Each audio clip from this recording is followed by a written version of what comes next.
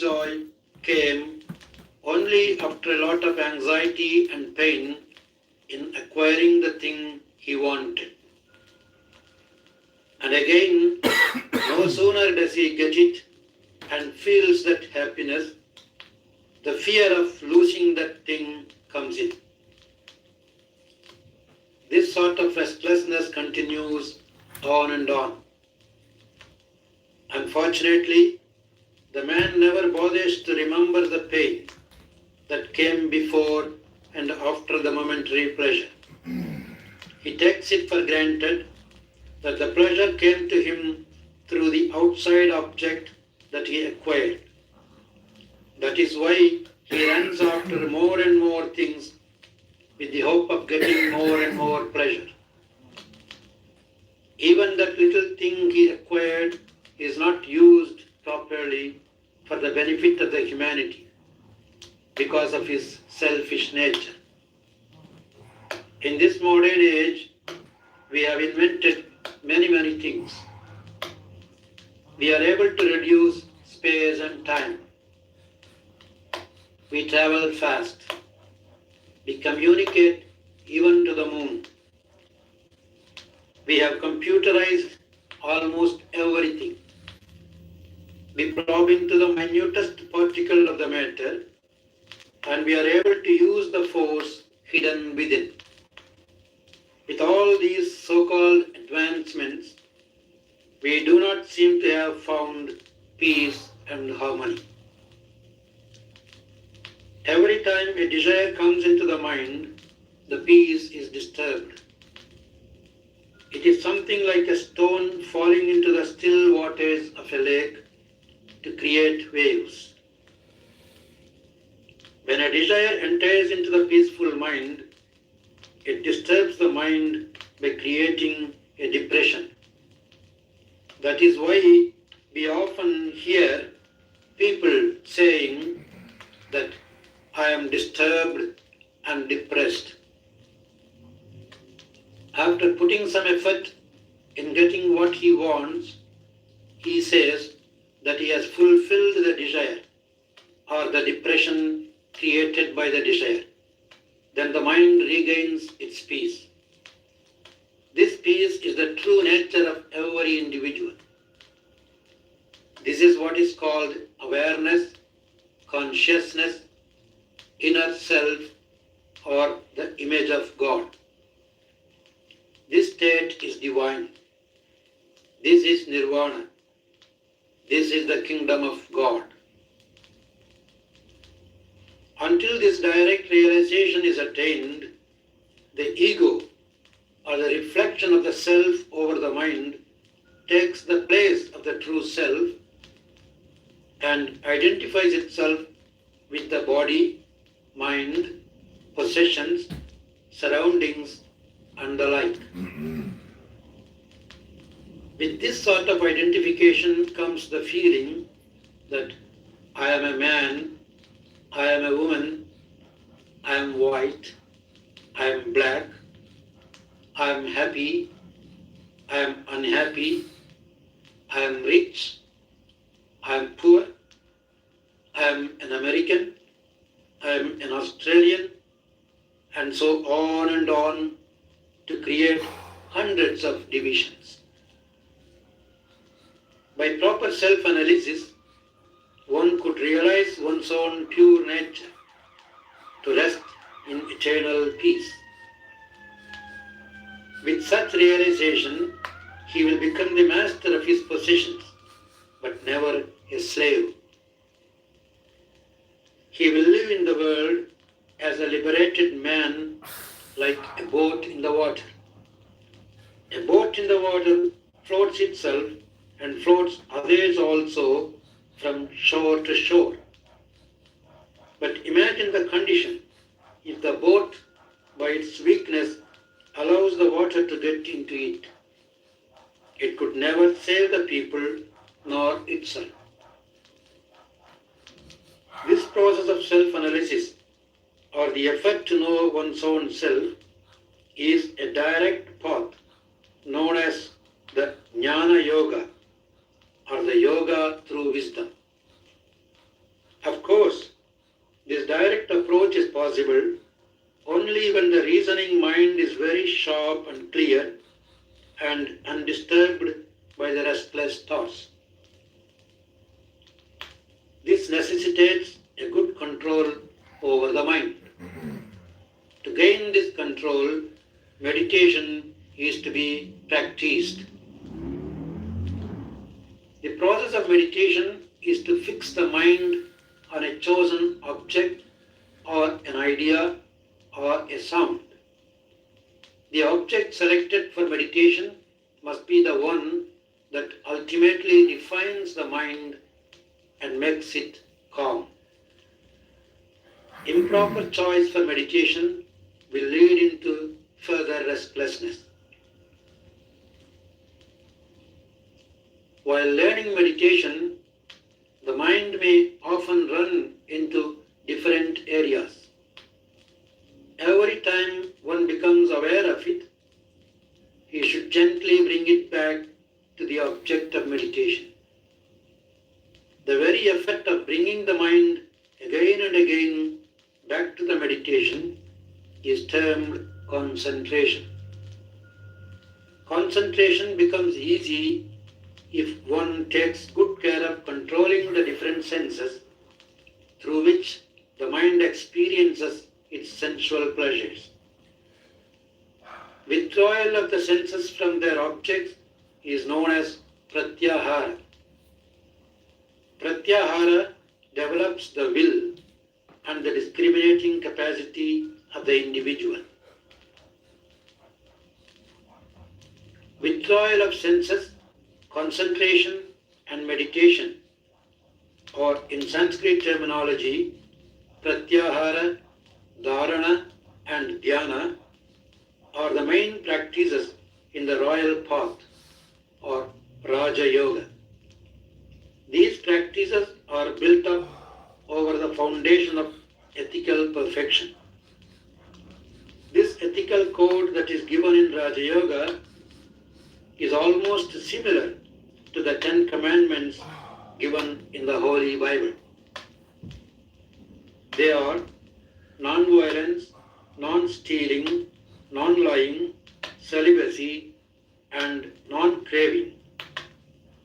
They form one group which is called Yama. Purity, contentment, austerity, study of scriptures, and dedication to the Lord form the second group called Niyama. When Yama and Niyama are practiced in the midst of the daily life, mind becomes clean and calm. Meditation is also performed on a mystic sound, which is called a mantram. This path is called Japa Yoga. Japa means repetition. Mantram is a sound structure of one or more syllables which represent a particular aspect of the cosmic vibration. Concentrated mental repetition of the mantram produces the corresponding vibration within the individual system. These vibrations, when they become strong and powerful, will get in tune with the same kind of vibrations of the cosmic sound. This will enable the practitioner to draw an unlimited amount of the quality of which his mantram stands for. This extraordinary power of Japa Yoga demands the selection of the correct mantra. Because in the cosmic field, there are positive and negative vibrations. They have the power to make or break.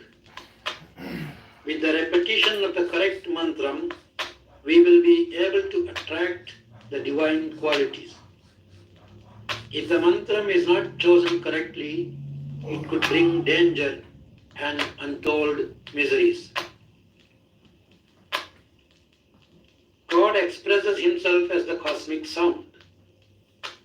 This truth is revealed and expressed by all the prophets sages and saints.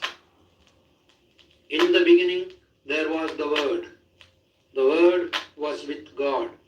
The Word was God, is the saying in the Holy Bible. The Hindu Vedas call this as the Nada Brahman, or the sound absolute. Mandukya Upanishad, which is the crest jewel among all other 108 Upanishads of the Hindu religion, talks solely about this sound. Of course, when the cosmic sound is brought into the limitations of spoken word, it gets different expressions according to the individual who expresses it. That is why we hear the same sound expressed as Om, Amen, Ameen, and so on. But let us not forget the truth. It is only in expression by the human minds and languages they differ, and not in its essence. Once this truth is realized, we will be able to see the unity in diversity. The direct approaches so far mentioned may not be quite suitable for the people who have a devotional outlook. Generally, they are very much emotional and they use their heart in their daily life. They are the people who do not bother to reason out everything, but just to love everything.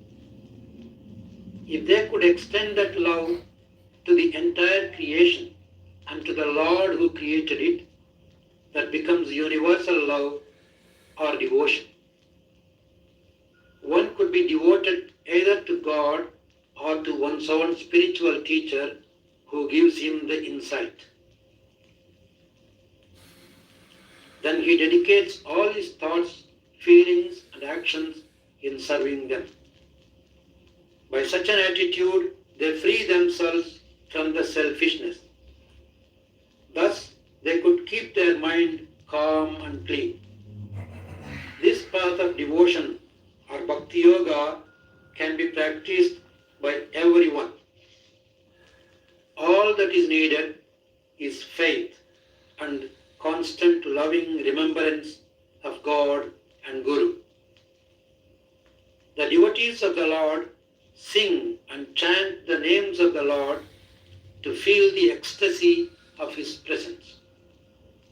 This is called Sankirtan, which forms a part of Bhakti Yoga. Bhakti does not come in with mere outward symbols. Together with this, a great change of mind is needed. Let us listen to the definition of a bhakta or a devotee as given in the Bhagavad Gita by the Lord Himself. He who has hatred towards no life, but friendship and compassion, he who has no thought of I or mine, who is equal in the dualities of pain and pleasure, who is the image of patience, who is ever content and eager in the yogic life, who is firmly established in his Atman or in his higher self, who has surrendered both mind and intellect to me, he, O Arjuna, is the bhakta most dear to me. He who does not trouble the world and who is not troubled by the world, who is free from great joy, anger, fear, and mental restlessness, is dear to me. He who is equal in enmity and friendship, fame and defamation, heat and cold, pleasure and pain, praise and blame, who is without attachment, who is content with what he has, who keeps nothing for himself and who is steady in mind, he, O Arjuna, is the devotee most dear to me. Friends, it is time we considered why in all these lines the Lord did not mention even a single word about outward symbols or rituals. Of course, he never denied them, but it is clear that rituals without mental fitness will not give the maximum benefit. Sometimes the rituals performed without understanding the principles or significance may even lead into more bondage. For instance, when a Hindu breaks many coconuts in front of the altar and expresses his pride over having done so, the very act loses its entire value. For the breaking of the coconut signifies the breaking of one's ego. If the ego is going to enter into the sacred ritual of breaking the coconut itself, then where is the salvation for him? When an individual loves the entire creation wholeheartedly, he cannot stay quiet without extending his arms in service. Such a service knows no bargain or disappointment, because in bargaining we expect some sort of return. That means we make appointments with selfish reasons, and when we do not achieve what we want, we say we are disappointed. What is the cause for our disappointment? Is it not our own appointment? Therefore, make no appointment and have no disappointment. Even the term love is very much misused. Passion for sensual enjoyment is given the sacred name love. Love should bring comfort to the one who gives and to the one who receives, and discomfort to none. For example, the love of one's own creed, country, language or religion should not bring quarrels and wars with other people. Service with universal love and sacrifice of personal interest is called the path of action or karma yoga. If everybody learns to lead the life of a karma yogi, this very world will be a heaven, the God's kingdom. There will be supreme peace and perfect happiness on earth. Now, just a few thoughts about the body, which is the real vehicle with which we will be able to practice and enjoy the benefits of all the different yogas mentioned before. The bodily postures or the asanas, deep relaxation, breath control or the pranayamas, and the various cleansing processes known as the kriyas, if done with proper concentration, help a lot in keeping the body supple and relaxed. They help in curing physical illness and having radiant health and vitality. This is achieved through Hatha Yoga. We should not forget the importance of proper diet. Diet should be free from toxins and it should be easily digestible. There should be sufficient nutrition to sustain the body. It should not overstimulate the body and mind. A well-blended combination of all these different specific methods to cater to the physical, emotional, intellectual, and spiritual aspects of the individual is integral yoga.